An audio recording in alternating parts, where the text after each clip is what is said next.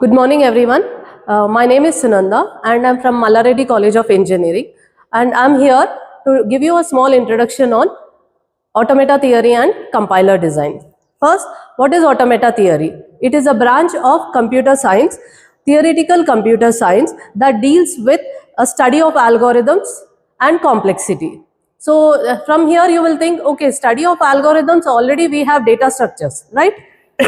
Then why do you need again another subject for this? And studying complexity, we have design, analysis and algorithm. Then what is the role of ATCD here? So here the role of ATCD is, if you have, for example, if you know what is decidable and undecidable.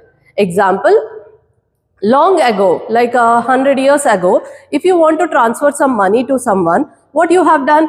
So you have to go to the bank only during the bank hours and you have to transfer the amount. That was undecidable. After the bank hours, you are not able to transfer the money. That was a problem which cannot be decidable long ago. What happened today? Due to the UPI payments, what you have done?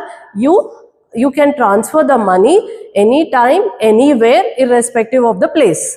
So the long back, whatever problem was there which was undecidable has become decidable now. So what is happening in data structures is, if you know a problem and if you know the solution, example, if you have a merge sort, you know what is the input you are giving, you know what is the output if you will get in the merge sort.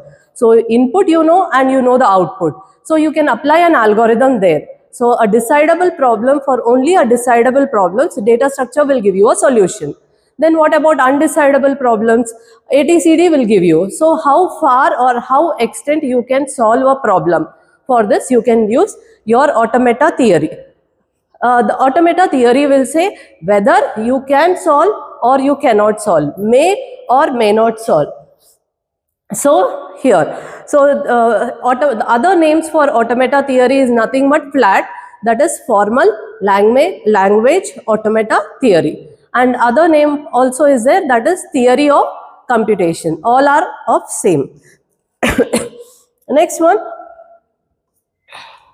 So what are we going to learn here? So in this, we are going to learn about your finite automata.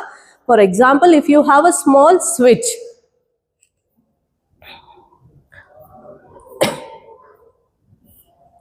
so if I want to communicate with you all, I will use a language called as English. So if you have to understand my language, you should know what are the basic unit of English. That is nothing but your alphabets. But machine cannot understand our complex language, whether it is English, Hindi, Telugu or whatever it is. For that, what you have to do? You have to convert your high level language into a machine understandable language. So what you are doing here, whatever you are learning, that is English. In English, the basic units are your alphabets. Set of alphabets you will call them as words. Set of words you will call them as sentences. And with set of sentences you have a language. Okay, if in order to make the language understandable and meaningful, you should have a grammar. In the same way, we have language.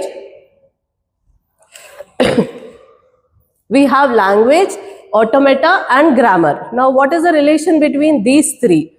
I will give you with a small example. If you are going for a restaurant, what you will do there? Will you ask whatever you want? Will you ask them, or will you go and ask a menu first? You will go and ask a menu first. So here your menu acts like a language.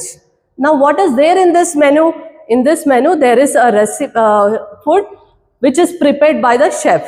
Here chef acts like a grammar. Then what is the waiter doing? Just like an automata. So here whatever is there in the menu only, the waiter will say it is there or it is not there, yes or no. In the same way, LAG, language, automata and grammar, these three makes your model works. So we'll go with the next video in depth. Thank you.